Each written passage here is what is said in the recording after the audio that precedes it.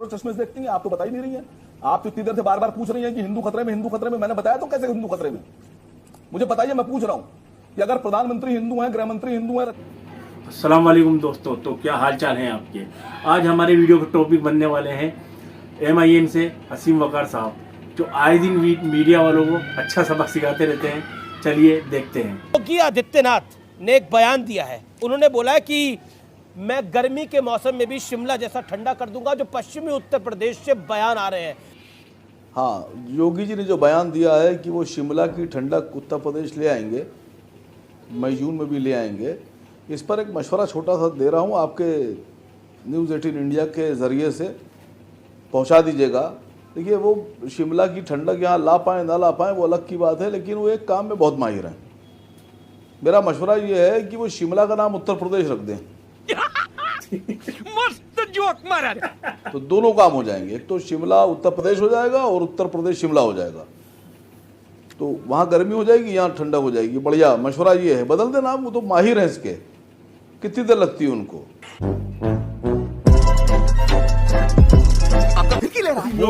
उसकी तो बात रखनी पड़ेगी ना वकार साहब। हाँ सर, हमारे लिए देश ऊपर है और दल बाद है। लेकिन यही सवाल मैं आपसे पूछ रहा हूँ कि आपके लिए आपकी तनख्वाह ऊपर है या देश ऊपर है? हाँ। चापलूसी ऊपर है या देश ऊपर क्यों? एक भी जनता का मुद्दा नहीं उठाया। बताइए, आप बोलिए। एक भी जनता का मुद्दा नहीं उठाया। आप बोलो, फिर मैं जवाब दूं। आपने कहा कि आप अपने धर्म का मुख्यमंत्री बनाना चाहते हैं। आपने बोली 4,000 रुपए महीना फीस है बच्चे की, पहले क्लास के बच्चे की। कहां से लेके आएगा आदमी? सरकार क्या कर रही है सर? एक राजा की सोच, एक बादशाह की सोच ये होना चाहिए कि हम अपनी आवाम को क्या दे सकते हैं। ऐसा तो सोचने का सवाल ही नहीं उठता। 11 मिनट सुनिए, 15 मिनट हो गए डिबेट शुरू हुए। हाँ। और 15 मिनट में 11 मिनट की आपकी प्रस्तावना थी और 4 मिनट लगातार आप बोल रहे हैं। अच्छा, तो जब आप ही पूरा बोलते रहेंगे तो हम लोग क्या करेंगे यहाँ? बताइए, क्या जाहिल आदमी है आप सर? कमाल के आदमी। जाहिल आपको पता है क्या वैसी आप सर? क्या जाहिल? आप बोलते ही जा रहे हैं, आप किसी की आवाज ही नहीं तो आती। आप अच्छे आदमी नहीं है। अच्छा, नहीं, आप अच्छे इंसान नहीं है सर। अच्छा, आप अच्छे हैं? आप अच्छे इंसान नहीं है। आप अच्छे। अच्छा, आपका सर्टिफिकेट मुझे मिल गया। बराबर बोलते जा रहे हैं। आपका सर्टिफिकेट मुझे मिल गया। इतना छोटा पहले कभी नहीं हुआ होगा। कभी सरकार से सवाल पूछा आपकी महंगाई कहाँ जाएगी? एक सेकंड। अब आप सुनेंगे। नहीं, वकार साहब सुनेंगे। आपने जाहिल कहा, आपने कहा फायदा उठा रहा है, सब कहा, मैंने सब सुना। आप फ्रॉड कर रहे थे। अब आप यही बचा था। अरे बोल। अच्छा, और कुछ है? आपकी और कुछ है कि आप डर गए जनाब अली? और कुछ है? जनता से डर गए। कौन से? अच्छा, आपका चैनल जनता की आवाज से डर गया। आप बिके हुए आदमी है सर। अरे और कुछ बचा है आपको बोलने आप के लिए? बिकाऊ पत्रकार। और आप क्या करते हैं? पत्रकार, बिकाऊ पत्रकार आप हैं। धिक्कार है। डिबेट में नहीं बैठता मैं सर। हाँ, पता है, आपने अपनी गालियां दे दी, अब आप माइक हटाएंगे। नहीं बैठता सर। गालियां देके अब आप माइक हटाएंगे। मेरे को पता है आपकी प्रणाली मुझे पता है। गाली देके अब आप माइक हटाएंगे। हिम्मत है तो हटाइएगा मत। बिकाऊ आदमी छुए रे तुम लोग के जिंदगी पे। ऐसे मत काम करो, अच्छे काम करो। बेशर्मो, शर्म करो, शर्म। नाम तो सिर्फ अल्लाह का रहेगा। सर, संविधान में कहाँ लिखा है? आपको इतराज है ईश्वर के नाम से? सर, मैं पूछ रही हूँ संविधान में कहाँ रखा है? मुझे कहाँ लिखा है? मैं सिर्फ सीधा सवाल पूछ रही हूँ, सीधा ही जवाब दीजिए। संविधान में तो बहुत कुछ नहीं लिखा हुआ है। संविधान में तो अगर मैं बोलने पे आ जाऊंगा तो फिर रोजमर्रा की जिंदगी की बहुत सी चीजें नहीं लिखी है। मैं आपसे पूछ रहा हूँ, अगर आपको कोई ये कहता है कि नाम अल्लाह का रहेगा, नाम ईश्वर का रहेगा, नाम गॉड का रहेगा, तो इसमें एतराज क्या है? जब दुनिया में कुछ नहीं था तब भी अल्लाह था। जब दुनिया में कुछ नहीं रहेगा तब भी अल्लाह का नाम रहेगा। और अब दुनिया में हम लोग हैं तब भी अल्लाह का नाम है। आपको एतराज करना हो करिए।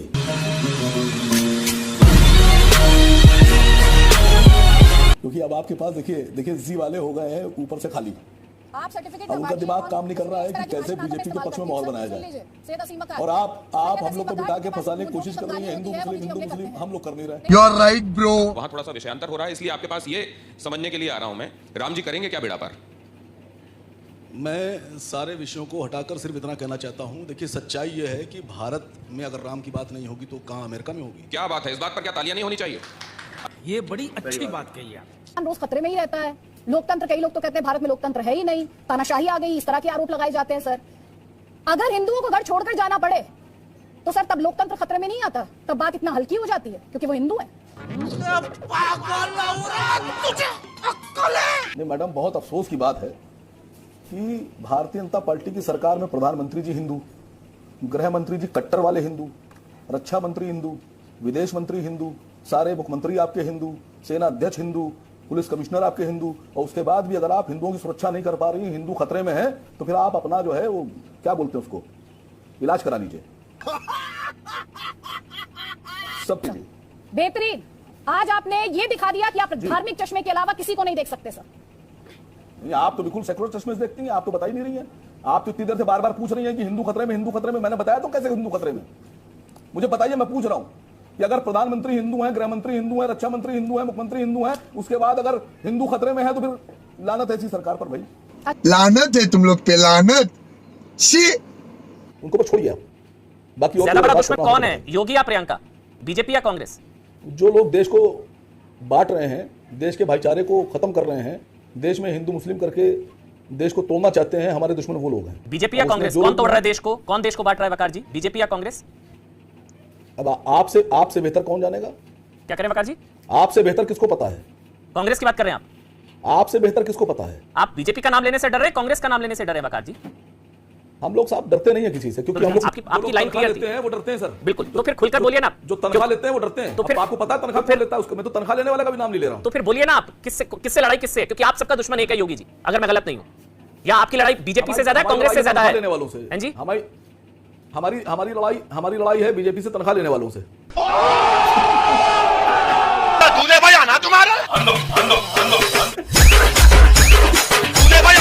विषय के समाप्त 10 सेकंड में। मेरे पास एक मणिपुर का व्यक्ति कल मिला मेरे को, जब मैं आ रहा था यहाँ, तो एक उत्तर प्रदेश का लेबर मिला मुझे। उसने मुझे बहुत बड़ी बात कही। उसने कहा भाई साहब योगी जी आएंगे। मैंने कहा क्यों, आपको कैसे लग रहा है? उन्होंने कहा देखो भाई साहब, ऐसा है कि हम 20 रुपया कमाते हैं तो 20 रुपया घर लेके जा पाते हैं, लाभ तो दिया सो अलग, मगर जो मैं कमाता हूँ रास्ते से कोई मेरा थैला छीन के तो भागता नहीं है।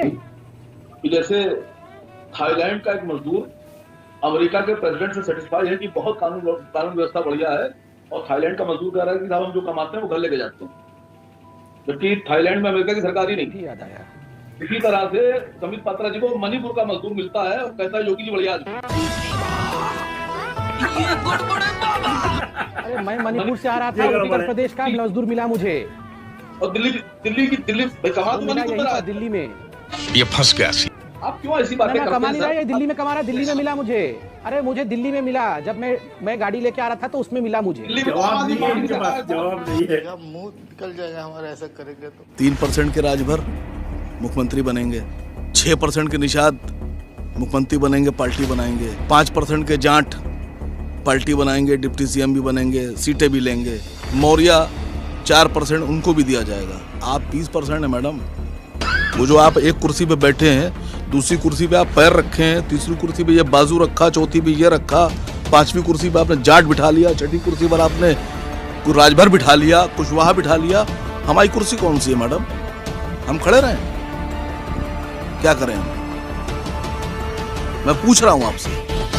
हमारा पहला एम भारतीय जनता पार्टी को सरकार से बेदखल करना, और हमारा दूसरा और सबसे बड़ा जो एम है, निशाना है, वो है मुसलमानों को बाइज्जत सरकार में उस कुर्सी पे बिठाना जिस पे आज तक कभी किसी ने ना बिठाया है और ना बिठाने की सोचते हैं। हमने एक मांग रखी कि मुसलमानों को डिप्टी सीएम क्यों नहीं बनाया जा सकता। जो ये कहते हैं कि हमें तुम्हारा वोट तो चाहिए, हमें तुम्हारा साथ इलेक्शन में भी चाहिए, हम तुमको उस वक्त भी चाहते हैं जब हमें दरी बिछवाना है, हम तुम्हारा साथ उस वक्त भी चाहते हैं जब हमें रैली निकालना है, लेकिन हम तुम्हें कुर्सी नहीं देंगे बैठने के लिए। तो इस बार इस चुनाव में हमें और आपको यह कसम खाना है कि हमें उनसे अबकी से कुर्सी भी छीन कर लेना है। छोटे समझ में आया क्या? कानपुर में अभी कुछ दिन पहले एक गरीब रिक्शे वाले को जबरदस्ती पकड़कर सड़कों पर मारा गया। उसकी बच्ची रोती रही, उसकी बच्ची बिलखती रही, लेकिन उसको इस बात पर मारा जाता रहा कि उससे कहा जा रहा था कि धर्म विशेष के नारे लगाओ। वो ईमान वाले हैं, वो किसी धर्म का नारा नहीं लगाते। हम किसी धर्म को बुरा भी नहीं कहते, लेकिन हम किसी के धर्म का नारा नहीं लगाते, क्योंकि हमारा नारा है नारे तकबीर, और हम किसी से नहीं कहते कि आप हमारा नारा लगाइए। हम किसी से नहीं कहते, हम आपकी इज्जत करते हैं, आप पर भी फर्ज है कि आप हमारे। तो देखा दोस्तों, असीम वकार साहब ने कैसे बेइज्जत करा इनको, गोदी मीडिया के एंकरों को। लेकिन ये अपनी आदतों से बाज ही नहीं आते। इनको कितना ही कर लो, लेकिन ये अपनी आदत से कभी बाज नहीं आएंगे। लेकिन असीम वकार साहब को मैंने अक्सर देखा है, इनकी हर वीडियो देखें आप, ये एक दबते नहीं किसी से, ये सटीक जवाब देते हैं और बिल्कुल सही देते हैं। तो चलिए इस वीडियो को हम करते हैं यही ख़त्म, और हमारे चैनल को सब्सक्राइब करें, लाइक करें, बेल आइकन दबाना ना भूलें और शेयर करें। मेरा नाम है वसीम और हम मिलेंगे कल नेक्स्ट वीडियो में। अल्लाह हाफिज़।